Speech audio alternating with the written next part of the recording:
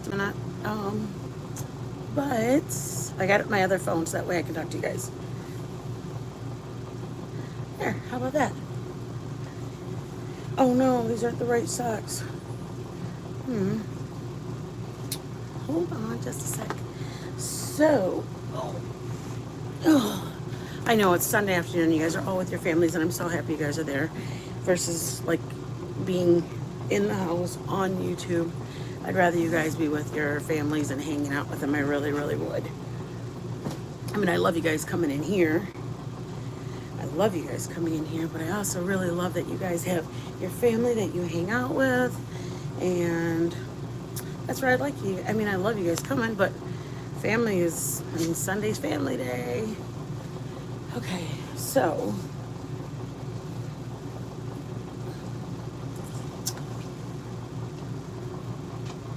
I mean, it's probably not going to be that big of an audience. It's kind of a early afternoon. Oh, I don't know. I'm just doing it because I felt led to do it. I'm sorry, guys. Hey, Meltdown. It's good to see you, baby. So I'll give you a little history on,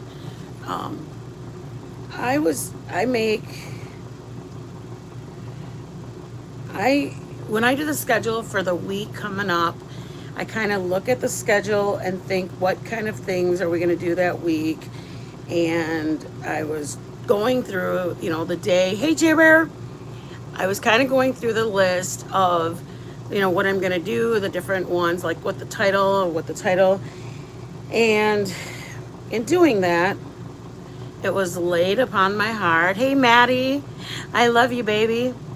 It was laid upon my heart that I should, well, it's not that I don't want to do it. It's just that it is a very, hey, Tara. When I was making the titles and thinking like, what do I make this? What do I make? What do I make? That's what I was doing. I was kind of going, okay, do I make cobbler? Do I make this? What kind of meal do I make? And so I was going back and forth on what kind of thing I was going to make for the week. And then the Lord just laid it on my heart. Hey, Freckleface. The Lord laid it on my heart that as much as it's a hard conversation to have, it's still like it's a part of my past. It is who I am. I'm a better person. I'm a stronger person because of my past. But it still was like, the feeling I got was, why not you? Why not your story? And I was like, ugh. Like I don't know. I just was, I know that I've talked to one or two people. So that's what led me to scheduling it. I wasn't even going to schedule it. I had all my list laid out of what we were going to make this coming week. And the Lord just said, there's people, and I don't know who it reaches. That's the biggest thing about when the Lord lays on your heart, you don't know who it's going to touch. It just, you do your job and it's going to touch the people it's meant to touch. And I believe that 1,000%. Like I truly believe the Lord takes care of it on his end, and he's expecting me to do my end. My end is to say it. And if only one person was here, I'm going to say my story. And if 5 people are here, there's just people that are going to get touched and that need to hear my story. So let me start with this. I was married with my first husband, and my first husband and I started dating in high school. We started dating at 13 years old. I was 13, he was 15. And believe it or not, I didn't think people at that age could get domestic. Thank you, Tara. Not that I didn't think people could get. I didn't look at it as I was getting threatened. I saw it as cute that he wanted me not to go to my friends. He wanted me to stay over here, and that's the only. The main reason I'm also doing this is because there's so many of us that have teenage girls, and we really, really, really, really, really need to talk to our daughters that they have. And that's not that I wasn't able to tell my mom or anything like that, but I didn't view it in my head as what he was doing was being aggressive. I thought it was cute. He didn't want nobody around me. He didn't want me hanging out with anybody. He wanted me to just himself. Or He grabbed my wrist if I was going to go with my friend at lunchtime. We were going to get up and leave. We were done eating. I'm now in 8th grade, 9th grade, and we got up and we were all going to go to the bathroom, and he would be like, grab my arm, and I was like, oh, that's cute. Like, I thought it was cute. Like, he wants me not to go. He wants me to stay here. So basically, it started in middle school. I was in 8th grade. I mean, it's kind of high school. Like, don't wear that. Don't wear that. I don't want you wearing that skirt. I don't want you wearing that shirt. I don't want you wearing that. I don't like you wearing that. So it was very much, I thought, him just showing he liked me, showing that he really wanted me to be just his. So I thought of it as very, I mean, you're 14 or 15 and you think this guy is like older than you, and you think, oh, he really wants me and only me to be there. So I took it as a, I don't know, I guess as a compliment. So then, see the tea? Then I get into high school, and you're hanging out with friends, because that's what high schoolers do. You have friends, you stand by your lockers and stuff. And then it got to, I don't want you standing over there in that hall, stay over here. And honest to God, I mean, it sounds oblivious to say, or it sounds stupid to say, I was oblivious. Like, I thought, okay, he wants me all to himself. And it just, like, this is like 80s, 85, 86. I wasn't thinking he's being controlling. I was thinking wants me all to himself. He's this older kid. I was only in 9th grade. He was in the 11th grade. And he wants only me all to himself. And I'm the luckiest girl out there. And then I get to like sports and after school activities, and I wasn't allowed to go. And it wasn't like my mom told me I couldn't go. Like, he wouldn't let me go. He would tell me he doesn't want me hanging around with those people. Those girls are bad news. And it was just, believe it or not, I know I'm a very strong person now, but it was because I had to make the decision when I left that I was going to leave. Because we graduated from high school, and I got accepted at my university, and I was excited, ecstatic. I was going to a university, and then he told me, if you really love me, you won't go. And I was like, I really love him. I guess I won't go. Yes, trust me.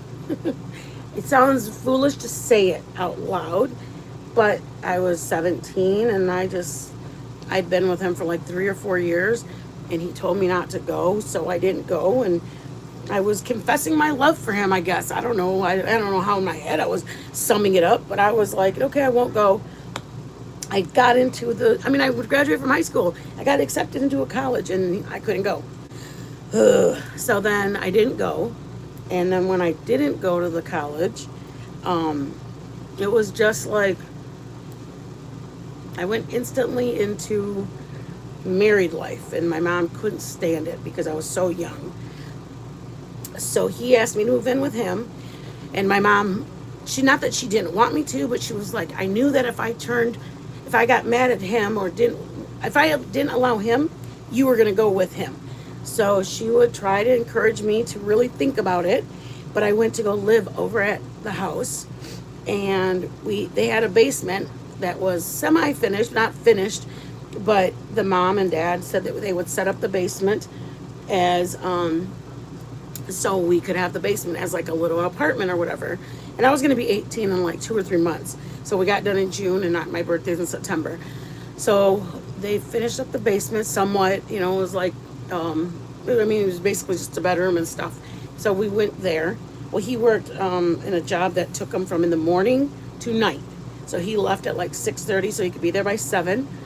And then we worked till sundown because the job he did was outdoors, and they made capitalize on as much daylight as they could. Well, on the first couple days, I was told that I had to stay downstairs. I know, I know. I was told that I had to stay downstairs, and I listened to him because you just knew he'd gotten mad at me before, so I knew that I was going to be in trouble if I didn't listen. Well, then they started like locking the upstairs basement door, so I stayed in the basement, and I wasn't allowed to come up, and I wasn't allowed to use the stuff that were upstairs anyways. So if by some stupid chance they forgot to lock it, and I went up there. I wasn't allowed to touch anything. And so we stayed. I stayed there and I just obeyed and did what I was supposed to do. Then, so I had my baby brother that went to school down the road, and he was just going, like, he'd get out of school early, half a day. And my mom would ask me if I could pick him up, and I was told I couldn't. I couldn't pick him up. So I had to tell my mom I couldn't pick him up. And it made me so sad because, one, I wanted to help my mom, and two, my baby brother needed to come home because he wasn't feeling good. And I just felt so bad that I had to leave my little brother there when I wanted to go pick him up. But I didn't do it because I had hell to pay if I didn't obey. So I didn't pick him up. It really was sad for me because I just felt bad that I couldn't help my mom, and my brother was just there. And I loved my brother so much. And I had to just leave him there even though he didn't feel good because I was going to get in trouble. So then finally we leave. We're there for like 2 years, and I just dealt with it. His family would come over and they'd be drinking, and like they'd hit me or they'd yell at me or they'd say something, "Hey, rapper." And it was just sad that I think of it now, but so I was just like, they would tell me how I wasn't allowed to do anything. Like I just couldn't do anything. And I didn't do it. And I was like 19 by now. I was going to be 20, but we got a house, we got an apartment or whatever. And we went over there, and we had our own place. And it was just, I made the wrong food, and I had a plate thrown at me. Thank you, Freckleface. I had a plate thrown at me because it was the wrong food. Or his friends would come over and they'd tell me how fat and ugly I was. And I was told I deserved it because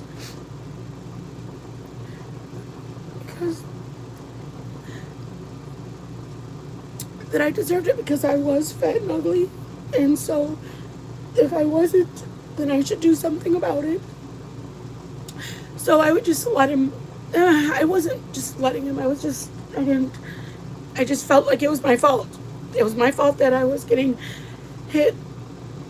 And it was my fault why when his friends would leave, they beat me. He would smack me or punch me or just hit. He did rage hitting. It's hard to explain, but he hit like out of rage.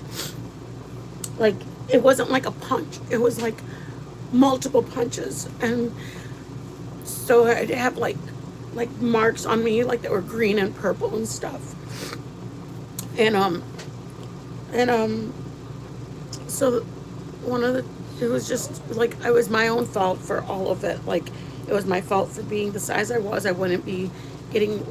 He said that I was embarrassing him because I looked like this, and if I didn't look like this, he wouldn't have to hear it from them.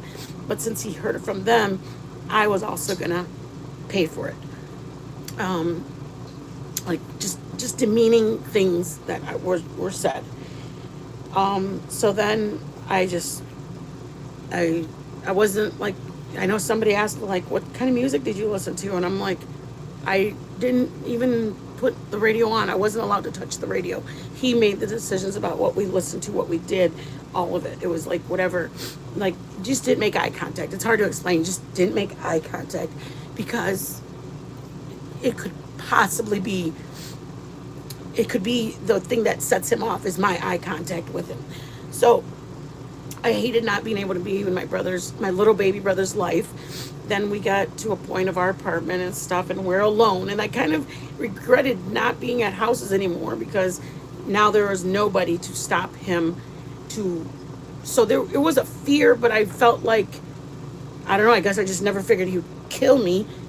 But I mean, why wouldn't he? I mean, he's hitting me. Why? He kicked me in the head, or my gallbladder hurt, and he kicked me in my stomach and said if it hurt afterwards, then he'd take me in, or whatever. So I'm at the point, like, just stayed. I just stayed. I made dinner. I had his clothes waiting for him, folded in a pile in the bathroom. So when he woke up, he'd take a shower. I had his food waiting. If it wasn't the right food, it would be just thrown at me, or like anything, any way, any how he would let me know I messed up. So then I'm kind of fast forwarding only because I wanted to tell you the important part of it is when I had my son, I made the decision that he was either going to be an abuser to his girlfriend, or he was going to be an abuser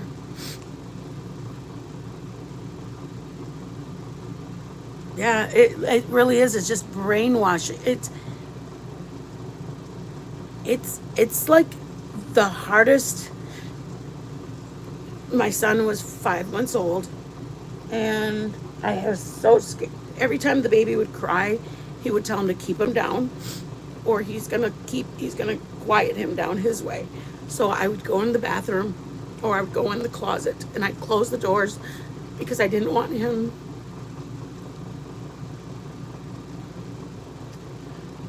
I just didn't want him to hear him. But it was just so hard. It was just so hard. It was so hard. It was so scary. Anxiety, like worrying, is he gonna cry? What's he gonna do? So it was like my son was 5 months old. So it was like, he didn't really cry in the first 2 months. He was a really good baby, but then it got to like 4 or 5 months old, and he was just 4 or 5 month old baby. They cry, they a little fussy and stuff, and I was just so scared. And he would come home with hickeys on his neck, and I could never say anything. I had to just whatever. It was my own fault, he said. So, so then he came in, and while he was out, I was praying, and I was just like, like, God, I don't want my son to be an abuser. I don't want him to abuse his wife, his kids, his girlfriend, and I don't want him to hit me too. I don't want him to grow up and start hitting me too. So I just prayed, and I said, God, help me leave. Just help me leave, because I'll never ever leave. I'll never leave, because I knew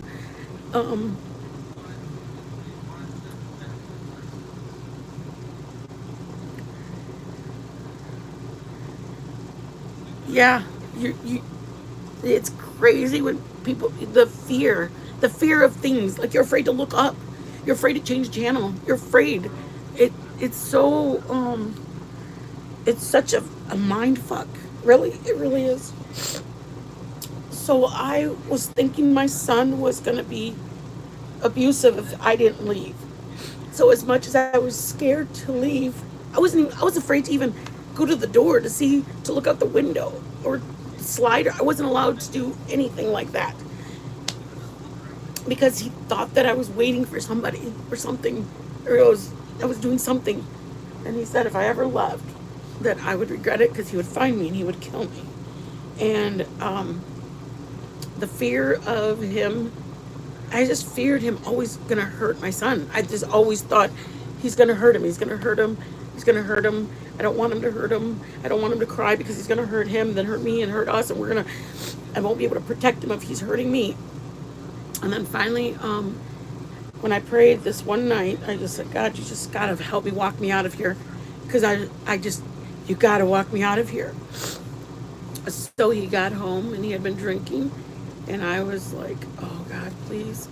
I heard him snoring, and I knew he'd been drinking, and I was like, God, please. And the fear of him waking up and knocking me out was less fear than the fear of my son growing up to being abusive, and the girl he hid had a father or brothers that were going to come and kill my son. Honest to God, that was what my fear was. There wasn't going to be a guy that stood by and let his girlfriend or his daughter, or a guy whose sister was getting beat up. And if my son was going to see this, then the cycle will continue. And so I didn't even think about it. I just prayed and asked God. He came home, and I had the keys, I just held one, like the key like this, so that the keys didn't move. I held the key like this so they wouldn't move. And I just grabbed my son in my arms, and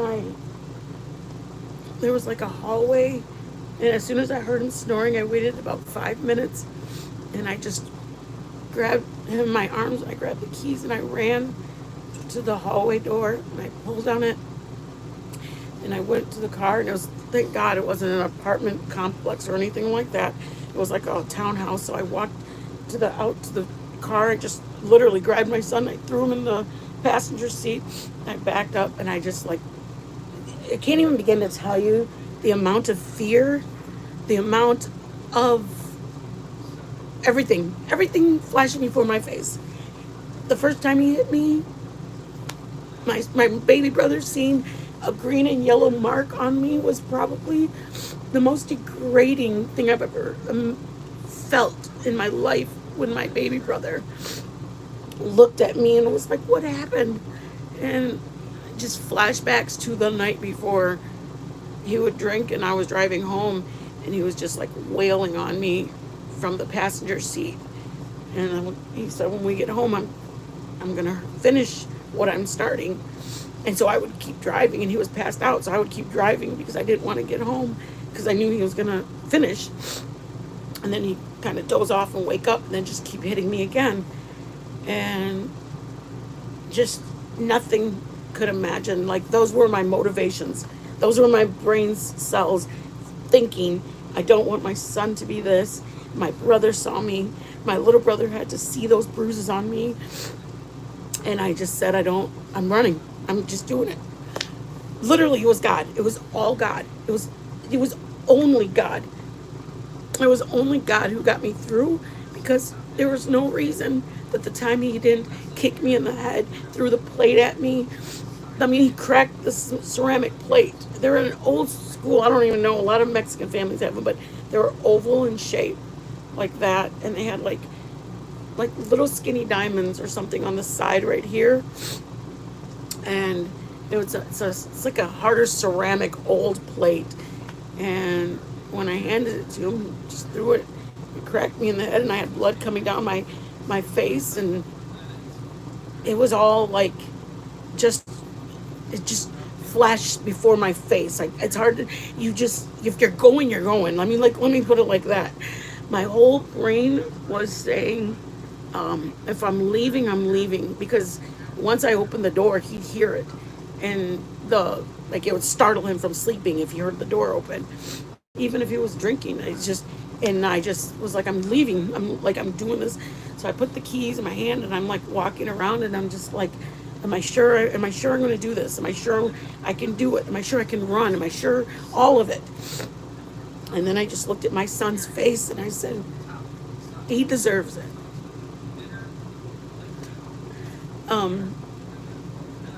So I'm glad I did. I mean, he came over to my house and just pounded on the door. I didn't answer.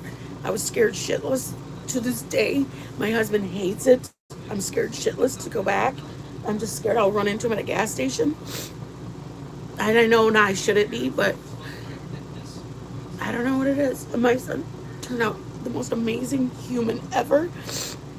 And every time I see him be as beautiful and perfect as he is, caring, he calls me to tell me there's a sunset, and we're watching the sunset together on FaceTime.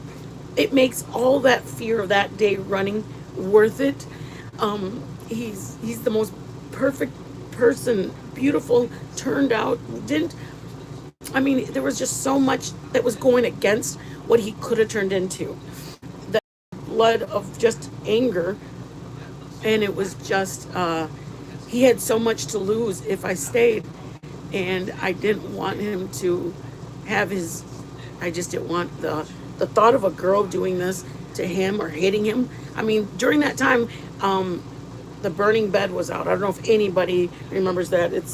I aged myself, but the burning bed was a movie about, I didn't even know if I turned that on. Of course I did not. it was, for the most part, it was very much so of like, you knew that it was wrong what he was doing, but I knew that there was good and bad in everything. Um, so my biggest thing I wanted to tell anybody who's listening, our daughters, it's not cute at 15 when a guy's telling you, hey, don't go, stay here, because those are the early signs of, and I didn't realize that. I didn't think that was an early sign, because at 15 or 14 or 13, 15-year-old, a 17-year-old is telling you not to go. You're thinking, oh, he just loves me so much, or he likes me so much. Um, it's just so sad that I now I don't want to say sad. I'm stronger because because because the fear I had when I left, I literally left regardless. Like I literally put it all out there. If I'm gonna go, I'm gonna go. I just want my son to have a chance at life. Like I just wanted him to have a chance at a normal life. I didn't want this crazy man. Like who knows if I would have even been alive to raise him. So I just felt like I saw the 15-year-old guy I was dating. I didn't see him as 22 when he was hitting me. I saw him as the guy that I was when I was young, that I was dating. I didn't see him for like he had turned into an abusive man. I saw him as just this person. And I was with him for 10 years. 10 years that when I left, it felt so liberating, I guess. It, it, it and the reason it's important is because to see people say that they would consider going back to their abuser is is such a shame for us. For us that ran, for us that were scared, for us that actually went through it, for the ones that actually went through the humiliation and degrading and the hitting and the it just makes me so crazy when I hear people mention that they did it, and but I would go back to them still. It's just like how does somebody even consider returning to their abuser is beyond me. But I said all that to say I am a strong woman now. It took it. I look at my daughter, and I feel like I want to give her so much encouragement, but I feel like sometimes I feel like why did I stay? Like it's not me. Like it's not me, but it's just um, I stayed in as long as I had to stay, and then I left. But it all through high school. Um, but just know that our kids go through it in high school. It's not just an adult thing. There's boys and there's 15-year-olds, 16-year-olds that see their dads being aggressive or being dominating with their mom, and they try it with their girlfriend and it works. And there is nobody telling them not to do it. There's nobody telling them this is how you treat a lady. And Stockholm syndrome. Is that what it's called, Marissa? I'm gonna put my glasses, you guys. You guys, don't look at me, please. You guys, I love you guys so much. I love you guys so much. Stockholm syndrome.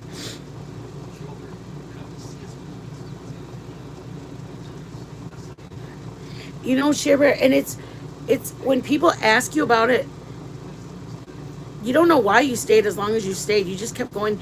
This is the bad, because every marriage I've heard is bad and good. They're not all perfect. This is just the bad. I swear to you, that was in my head. There's good and bad in every marriage. It's gonna get better. You don't think it's gonna happen again because he promises it's not gonna happen again. And this is the last time. And I literally, my water bag broke, and he wouldn't even take me to the hospital or the ER. I had to walk about 3 blocks to the closest party store because our phone got turned off, and I had to call, and I asked my mom to come pick me up because my bag broke. and I walked contractions, and I was scared. It was my first one, and I didn't know what to do. And you don't want, believe it or not, I was I was trying to defend him to not get in trouble from my mom. I said, well, he's worked all night. He's really tired. He can't wake up. And I was in the hospital giving birth, and I hadn't gone into labor. I was in 22 hours of hard labor. My water bag had broke. I had contractions, and he was pinching me. Every time the nurse would leave, he was pinching me to hurry up because he was tired. And then he was just like, he'd put his knuckle like that and just drive it into my side. And I had a catheter hooked up because the bag had already broke. The monitor was on to make sure that my son wasn't going through any trauma. And he was hitting me and hurting me while it was happening. And then my mom walks in and she said, get out of here right now. Get out now. And she was just like, couldn't believe that he was doing that while I was trying to give birth. And then when I went to get some stuff, me and my mom went, and I thought I felt liberated and I could go, and my mom's gonna come with me. And I was taking stuff out, and he came from behind and he ran and he kicked me in my back and threw me to the ground. And my mom's like this short little Mexican lady, and she went over there in his face and she's like, don't you ever put your, she's like, I was like, Mom, let's just go. Like, we're outside, he's not gonna hit us. I didn't think he'd kick me like that, but shit, he did. I don't know why. Why did I stay as long? Why? Like, who the hell stays? Like, having birth with my son, well, I would think it'd be like a glorious thing. I have bad memories thinking back to the labor. It wasn't even, or, the hitting and like trying to force me to hurry up and have the baby. Shit, I wanted the baby out of me more than he did. It was July. Trust me, it was hotter than hell.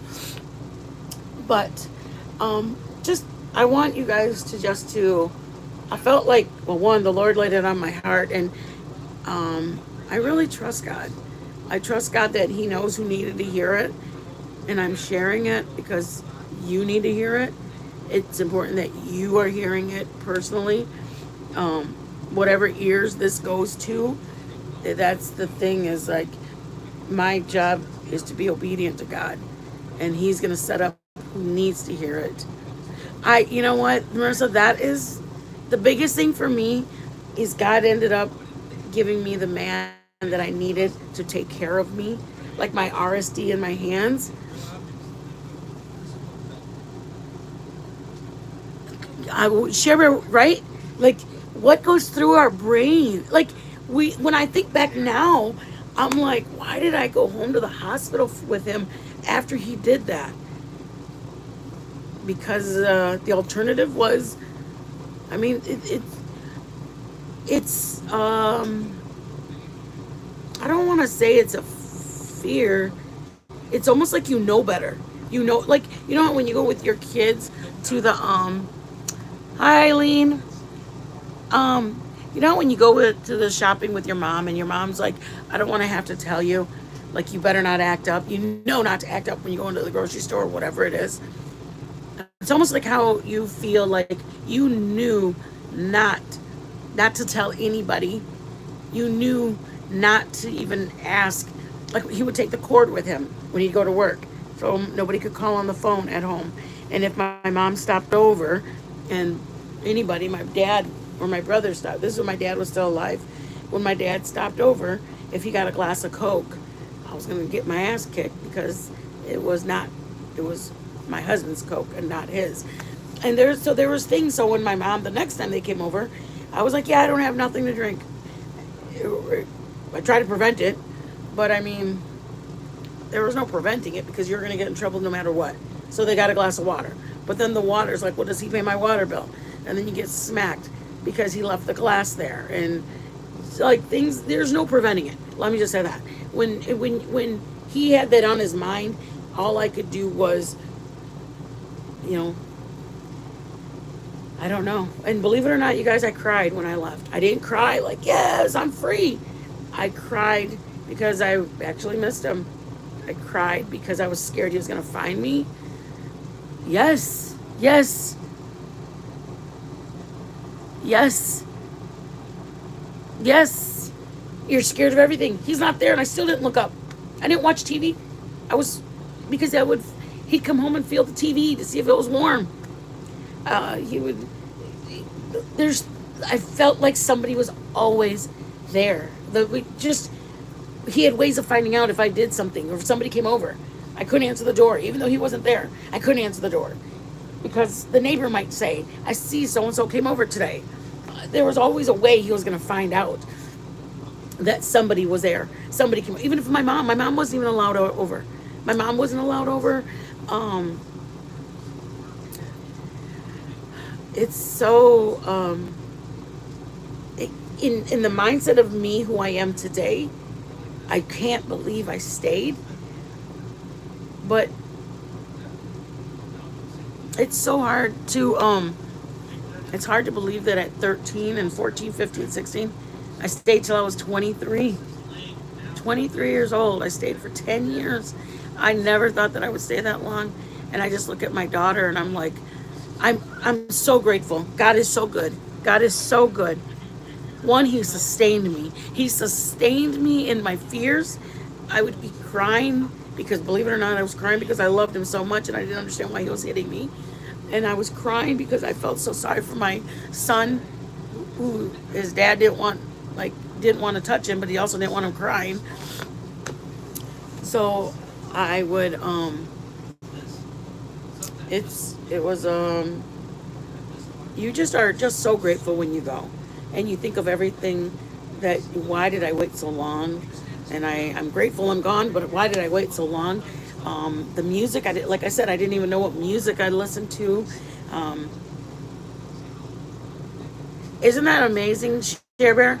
You remarried.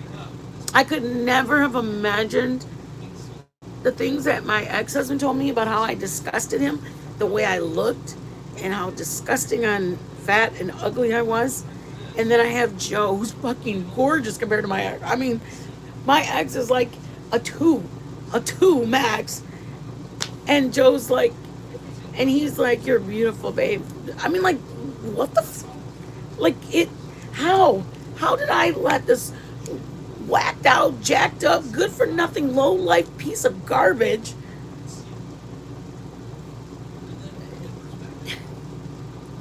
I have such a good man, such a good man. He takes care of me. He takes care of my kids.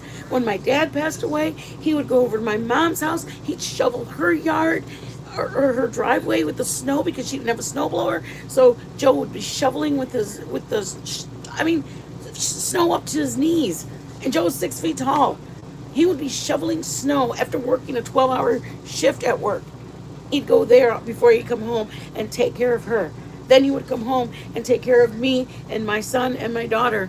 And by take care of us, I mean somebody needs homework. He'd help out with homework. I'd be making breakfast or I'd be making dinner. He worked second shift before where he got out at 6 in the morning.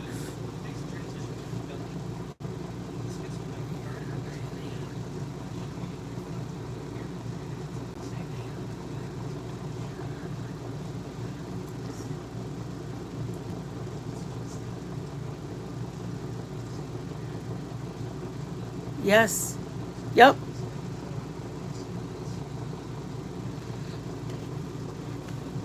And I think that, I mean, Marissa got social anxiety and I ended up getting, hey Commander, I ended up getting I just have so much, like, God got me through that and sent me such a good man. I mean, telling me that nobody's gonna want me, nobody will want me. Why would you leave? Nobody will want you. And then when I like got a little more self-esteem and got more and more, and he's like, why won't you come back? Why won't you come back? And I was like, I will never go back, ever. I will never go back to you.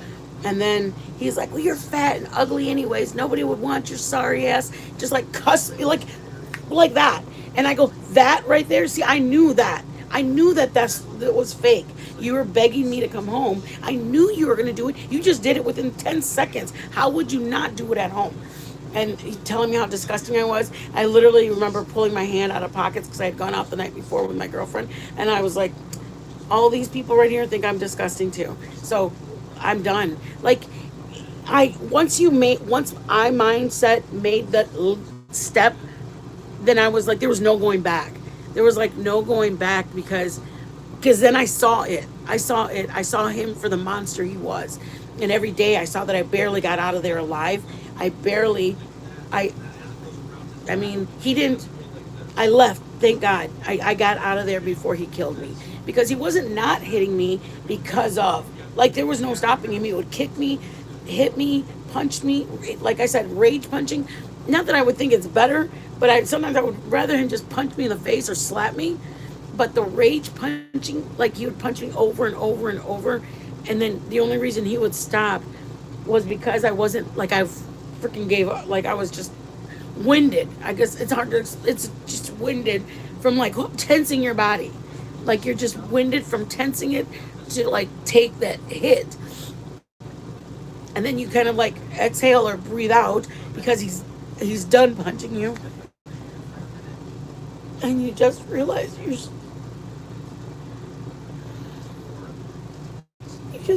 still alive, and you're so grateful that you didn't pass out while he was doing it. So, like, for me, it was more like kind of blacked out, but I exhaled out of like grateful that I didn't, like, I still am awake. I can still protect my son, or just, I was just grateful that that that I didn't get knocked unconscious because I was so scared somebody wasn't going to be there to take care of my son.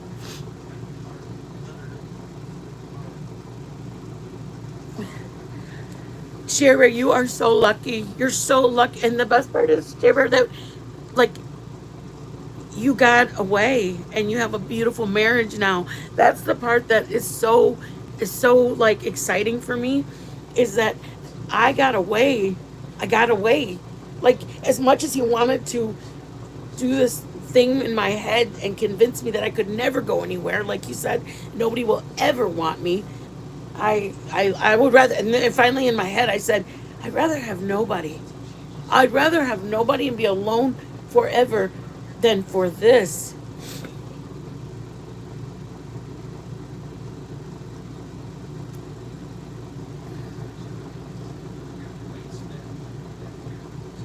Oh my God. Oh, Freckle Face, I will definitely pray for your daughter. That just makes me so sad. Oh, thank you, butterflies. Um, the hardest part and the most grateful part I am is that God has enabled me to be a witness, and that's what I felt He laid on me when I was making the schedule. I wasn't even planning on doing it. I was making, hey, T Marie, I was making the schedule, and I had put what we were gonna have for the week, and the Lord had said that I have a story, and I was like, yeah. I mean, when God talks to you, it's kind of I don't know. I really take when He speaks to me. I really take when He speaks to me very I'm great. Let me say it like this. I'm very grateful when He speaks to me, and I'm very grateful.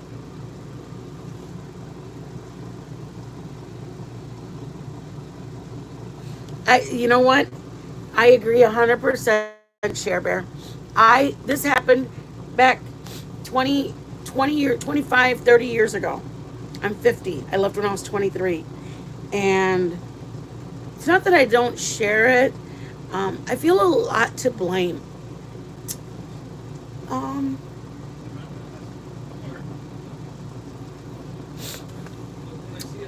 for not leaving sooner, for not going to college, for not doing the things I know that, like, I don't know why I stayed. That's the part that bothers me.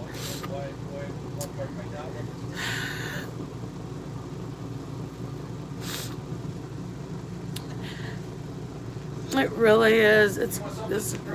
Uh, it really does help for the support because it's hard to get through the mindness of 10 years telling you that you are garbage and you're trash and you're nothing and nobody will ever want you. And then when you finally leave, you're look back at like, why did I stay?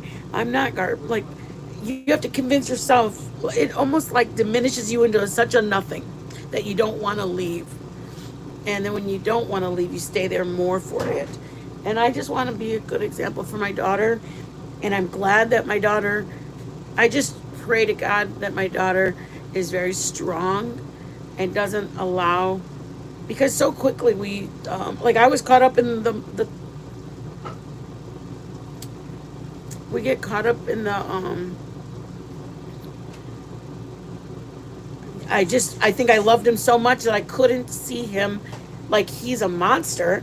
I just was in the 13-year-old girl, 15-year-old guy. You couldn't possibly be mean and a monster. And then I was like 20 and he's like 22, 23, and just thinking,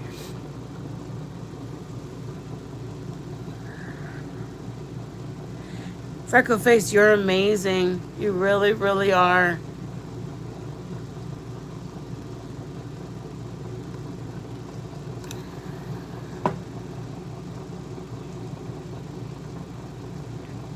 He didn't want you to do better because he knew once you did better that you work. And that's what they do.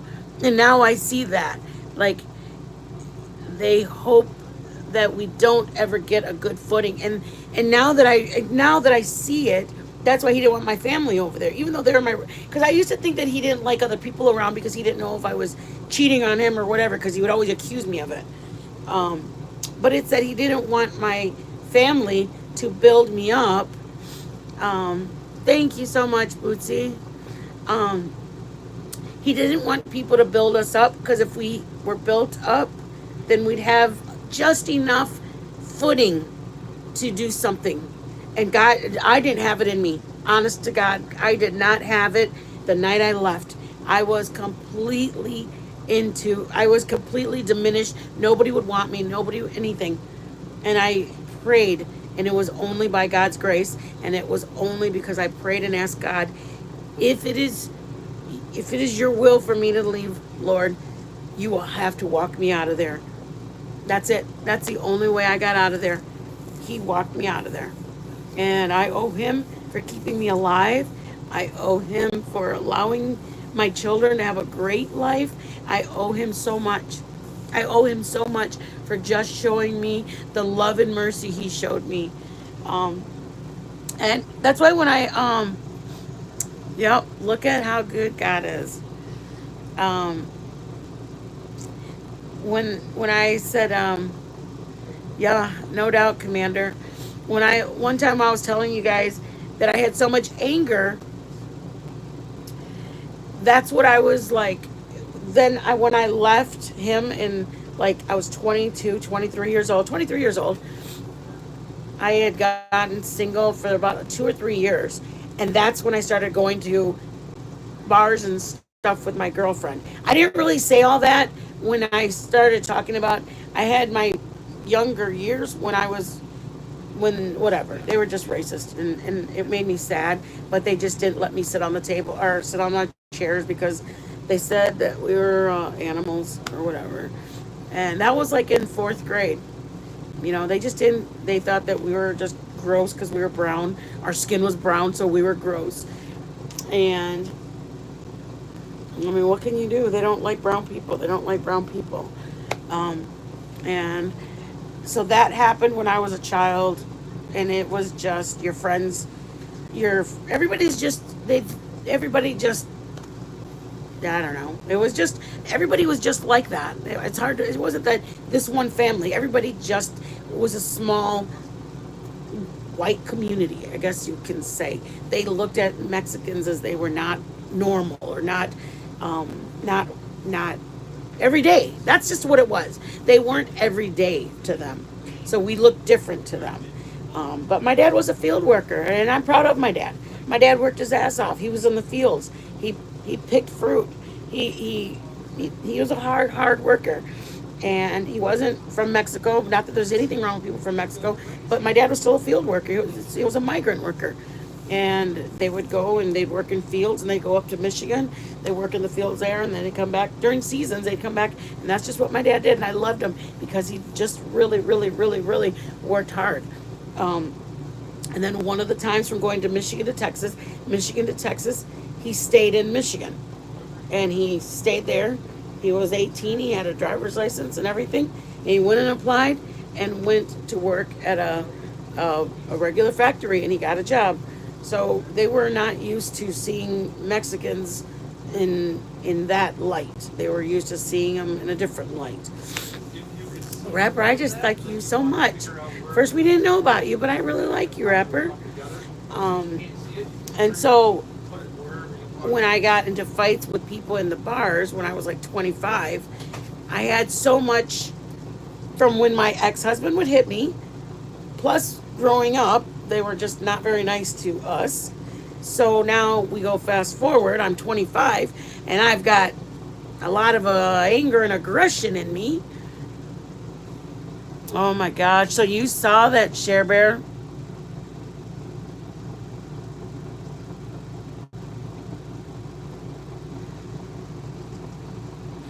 Yep. Share Bear, that makes my heart. I mean, that's true. Because, and that's what I didn't want for Drew. I didn't want that for my son. I did not want him to see it because then that makes it okay. You know what I mean? Like, that's what I did not want him to see. I did not want it to be a regular thing. I did not want it to be okay in his eyes to do to a woman or to, like, um, for any of it. Like, there's a reason. You just don't want to bring up um, the next group of kids generation to thinking it's okay to do that. And that's kind of how it was. Sherber, I'm so proud of you. I really, really am. Just, I mean, I feel like a little bit like a survivor on it, but I don't feel like I deserve the word survivor by any means, the way cancer survivors deserve it, because, yeah, ours was very traumatic mentally.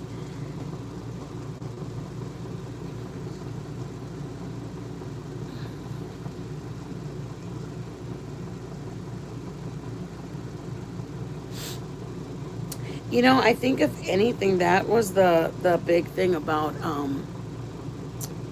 I didn't. It's not that our community was just you.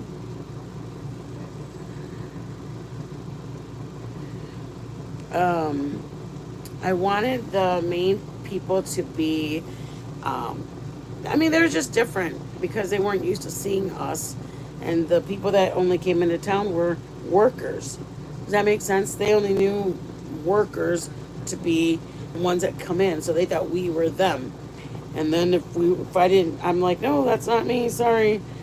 Um, they're like, oh, you are, and I'm like, no, I'm really not. My mom works at a bank, and my dad works at another company. Like, but our neighborhood that we worked in, they were just, my parents were very hard workers, so that we did live in a neighborhood that was above middle class.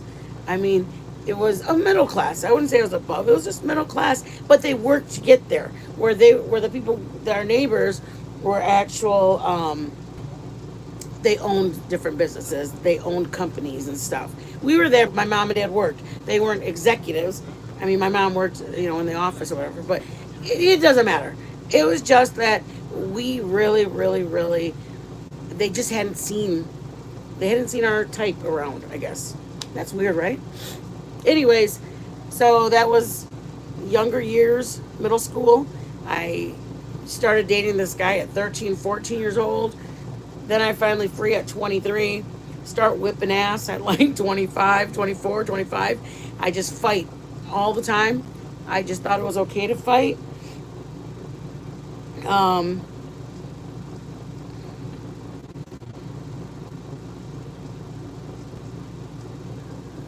I think the main thing is I liked, not, I don't even say I liked fighting.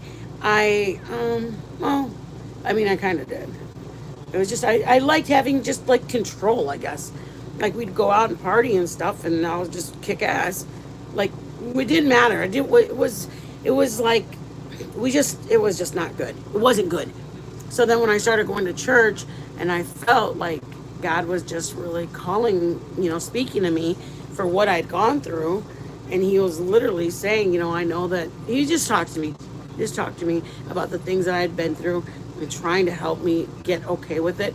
And he just softened my heart for the mean people, the nice people, the unknown people. He softened my heart to be a lover of people and extend myself for him. I mean, does that make sense? He just very much wanted me to show people that he's good and to trust him. And I can't say it. I have to be a witness by my actions and not by just saying it. And so my fighting with people, I didn't want to fight them because I really liked them. He just made me love a lot of people. It was, I mean, we go to the stores and they're like, "Oh my gosh, I just love your the aura that you have," and oh, you're just, and it's a little scary sometimes when people say it, but at the same time, um, uh,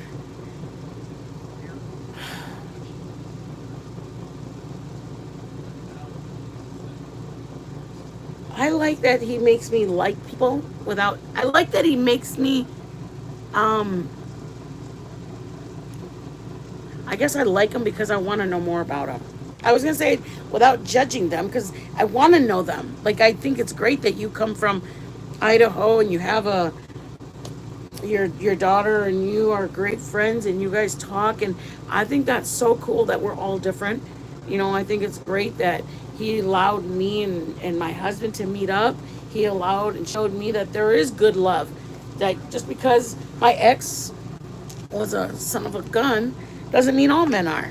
It just means this guy who was hurt in his own way was lashing out because he was hurt. So I'm grateful, guys. I really, really, really am. I'm grateful that God has shown me to love people. Um, I don't know, and this is, and I don't mean this to anybody, but I got onto YouTube in the wrong community. I came in and I really liked the story, the case, and I just happened to follow a creator that I didn't realize was controversial, but that's not who I am. That's not my personality. And the first time my daughter heard it, she was like, wow, mom, that's nothing like you.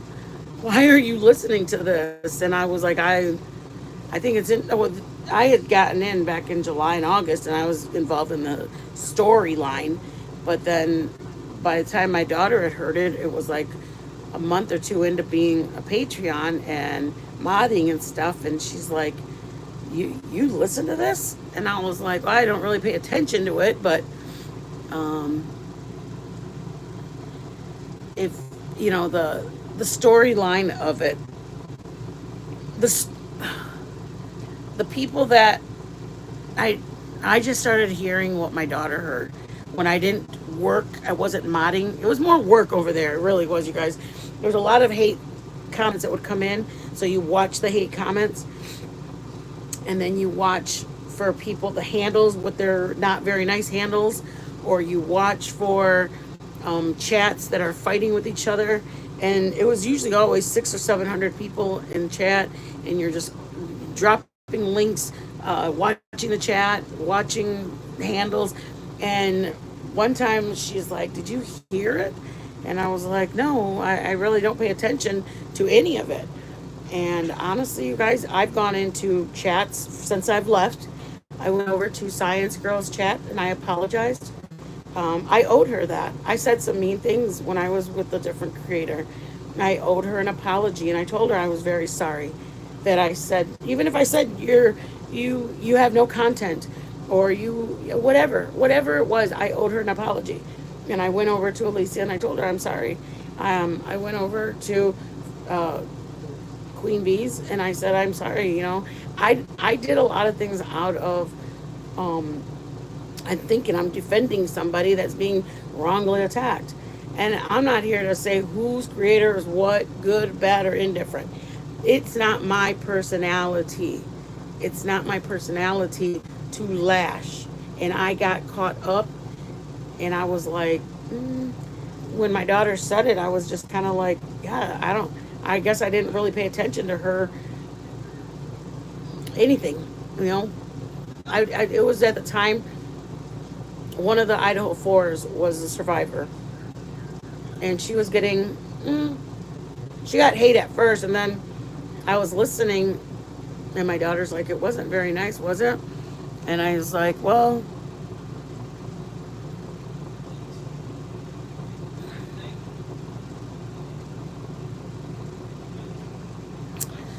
um,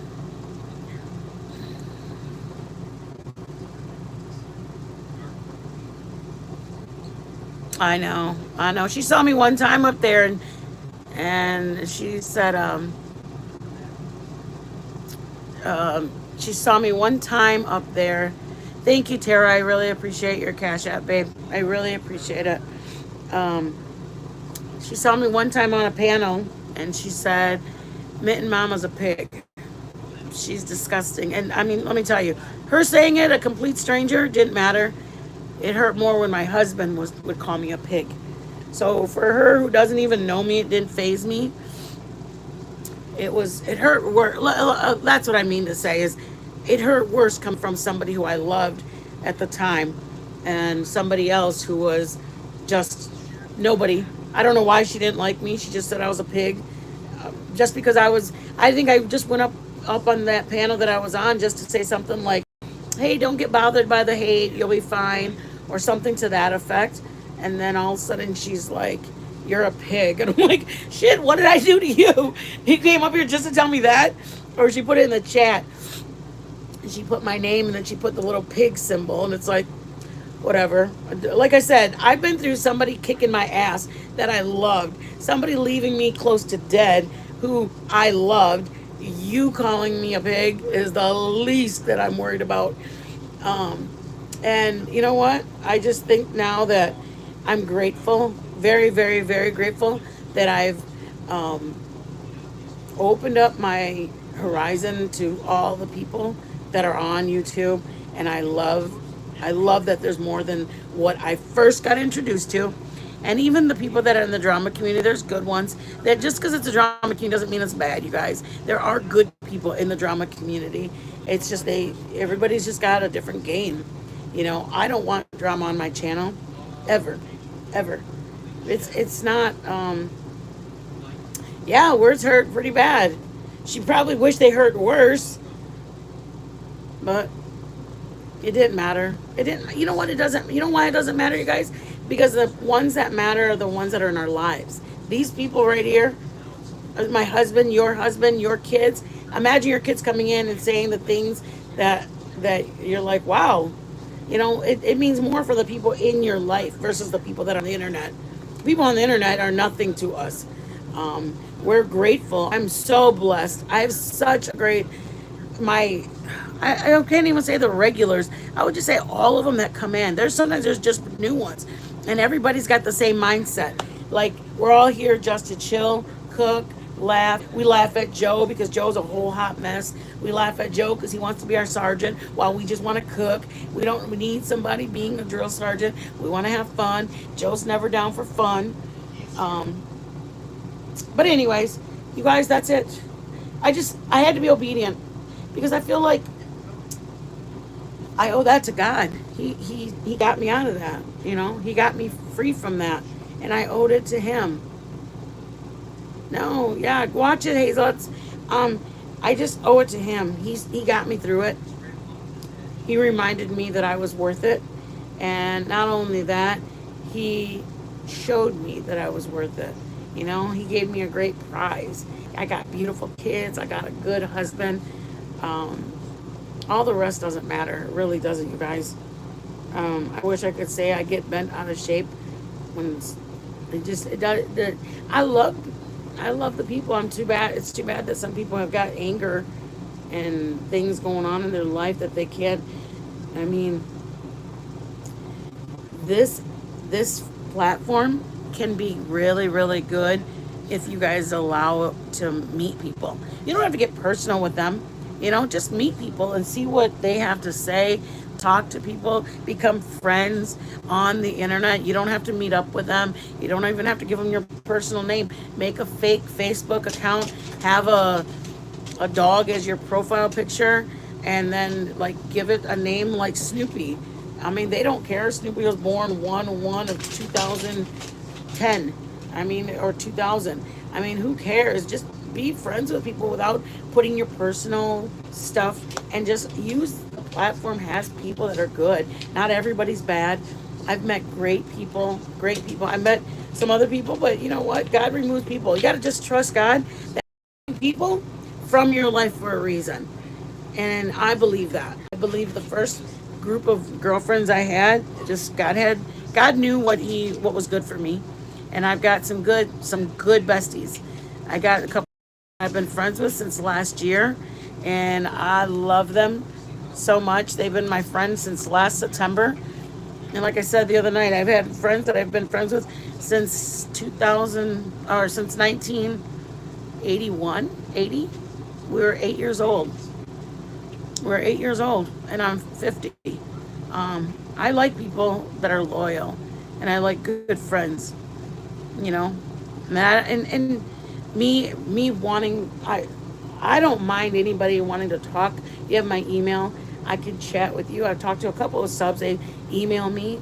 I don't mind talking to you. I don't mind giving you some instructions on cooking something. I told Marissa we're going to get her she's going to start cooking for real, for real. But that's what made me start the channel, you guys, is Marissa would go, hey, help me make this, or how do I make this? And I was like, bro, I should do just a cooking channel. I mean, I'm sending you instructions. I can just show you how to do it. So anyways, you guys were supposed to be cooking later. I'm sorry I'm way down your guys' Sunday. I didn't mean to do that. Share Bear, thank you so much. And anybody else, Freckle Face, anybody else that shared their stories. You guys, just having the support for each other. These people have no idea when they're typing and they see us in chat.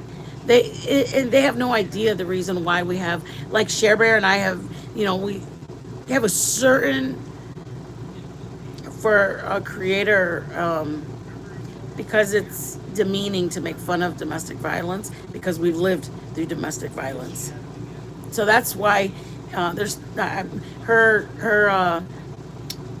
not supporting somebody incarcerated. I will always stand by my son. He's turned out to be beautiful because I stood by him. Just because they're in trouble doesn't mean they don't need love. Just because they're in trouble doesn't mean they don't need support. God gave them one mom. He gave them one mom, and that was you. And how do you treat the gift that God gave you? God gave you a gift, and how can you show love to that gift? How can you agape love? Look up what agape love is. That's what the Lord has for us. And how easy would it be for us to have agape love to our own flesh and blood? We should have agape love for everybody, and at the very least for our own flesh and blood. For our own flesh and blood, we should have agape love the way he has agape love for us, because we're his flesh and blood. So I trust and believe that God has a reason. He has a reason why he brought me to the platform. We were leaders at our church for 15 years. We were leaders at our church, and I loved it. But I also think that we have an ability. I have an ability to be a witness on this platform too. And that's what the Lord showed me. That's what he said. About 3 months ago, he said, why aren't we doing what we were doing when we were over there? And I was like I usually talk to God, sometimes talk back, but I'm like, what am I doing or whatever?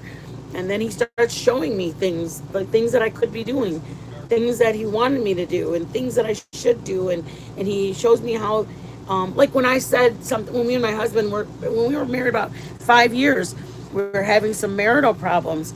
And I was just kind of like, whatever, I'm just done arguing. And I started sleeping in our spare. We might have had 3 or 4, well, 4 years. And we had just gotten into the church and stuff, maybe a year or two.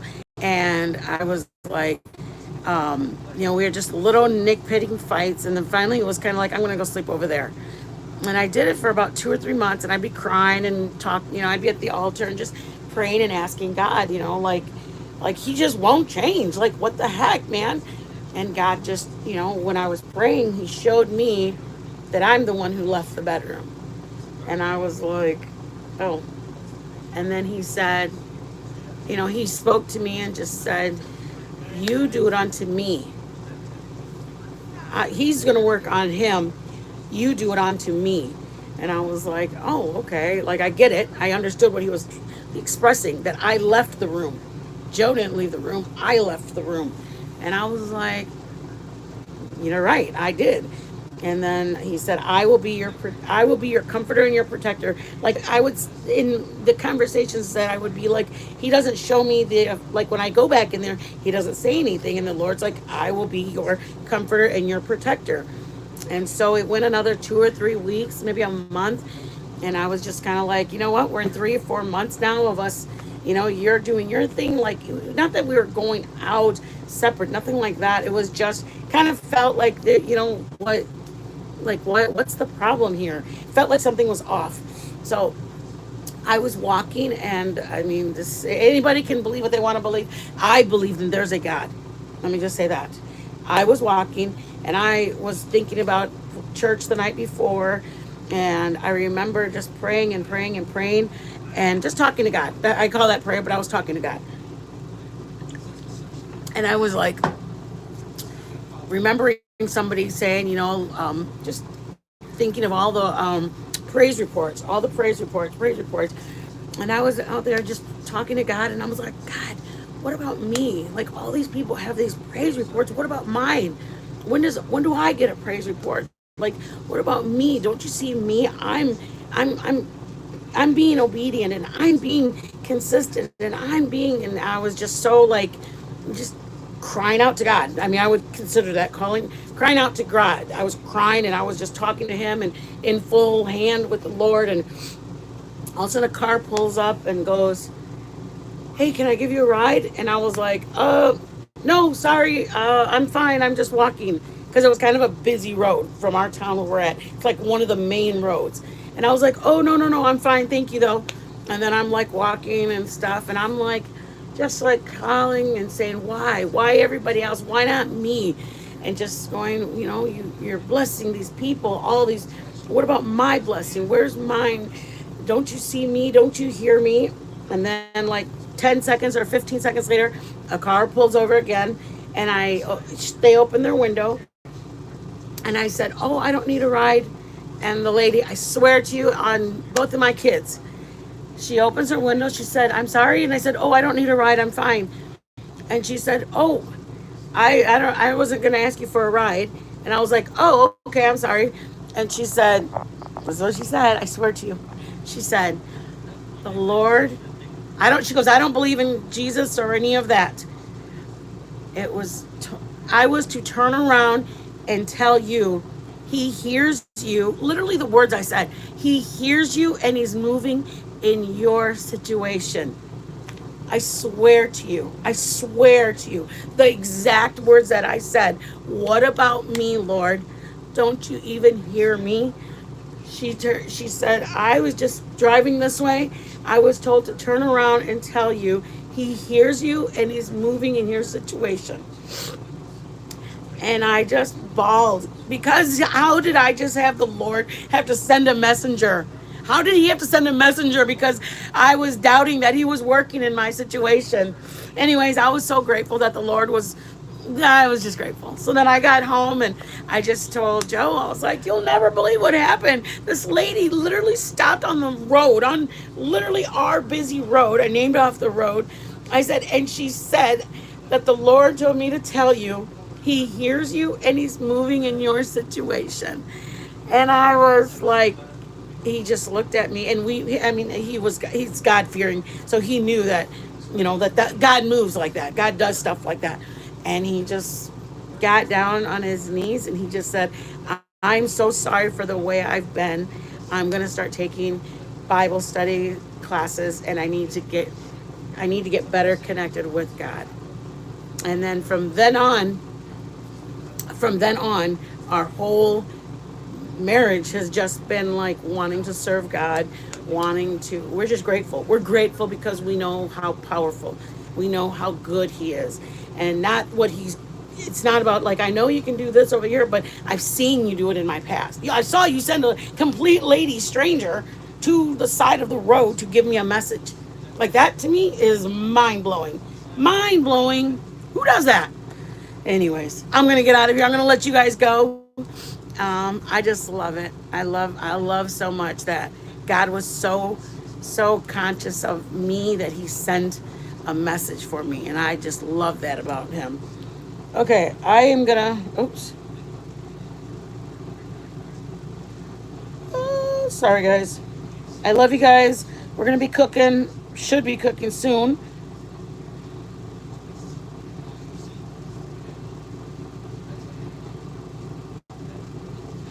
Um. Okay, Commander. Thank you, Commander, for dropping the links. Butterflies, Eileen. It was an angel. I truly believe that too. Isn't that just amazing? It is. It's just. It's so good when God is just like sending a sign. Um, it I can't even describe it. When it happens in your life, then I felt guilty that he had to send a messenger to me. Like I should have just known he was working. Like, did I really need him to send a messenger? But I did. I was bawling. It was just tough. It was tough. But I mean, we had just been married about 2 or 3 years, and it was like here's a stranger just dropped off a message to the words I literally said. Not, um, God said to say hi, or like God hears you. Like he's moving in your situation. Don't you even hear me? Aren't you moving in my situation? He's like, yeah, let me get right there and let me tell you. So I love God. He's just good. And I love that he's so mindful of us. He's mindful of us needing reconfirmations, and he's mindful of us. He makes my heart so excited that he knows each of us personally, that he knows what we need. He doesn't think it's silly that I needed a confirmation. He thinks, I got you, girl. That's just what he does. He does. He loves us like that. Like my own, he knows how I am. He knows I argue. So he's showing me the proof. I'm like, what? I didn't do nothing to him. And he's like, boom, look at who left the room? Was it you or him? And I was like, okay, it was me. You're right, God. I mean, like, he's usually right when he's right. I don't know why I'm over here arguing with somebody, but like I said, he knows that he knows us, you guys. I love that he knows us. I love you guys. I'll see you guys tonight. I love you guys. Thank you guys. Everybody came in. Share Bear, thank you for so much. Freckleface, everybody for sharing. Marissa, thank you guys so much. I love you guys. You guys, if you guys are able to Cash App, Venmo, PayPal, and any questions, anything at all, there's my email up there too. I love you guys. Eileen, thank you so much. Anybody new in, you guys, thank you so much. Amanda! Bootsy! Ooh, who's that? NY Tula.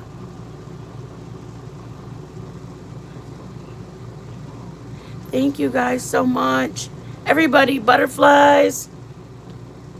Oh, my party peoples. We'll be back tonight. Hey, Tara, thanks, guys. We'll be back tonight. We're going to be doing, I think I said strawberry rhubarb or blueberry muffins. I got to do something. My refrigerator is out of control. My refrigerator thinks it's like in freezer mode or something. And my blueberries are getting like this because they're getting froze. And my strawberries are getting rock solid because they're trying to freeze too. Everything wants to freeze on me. I love you guys so much. Thank you, butterflies.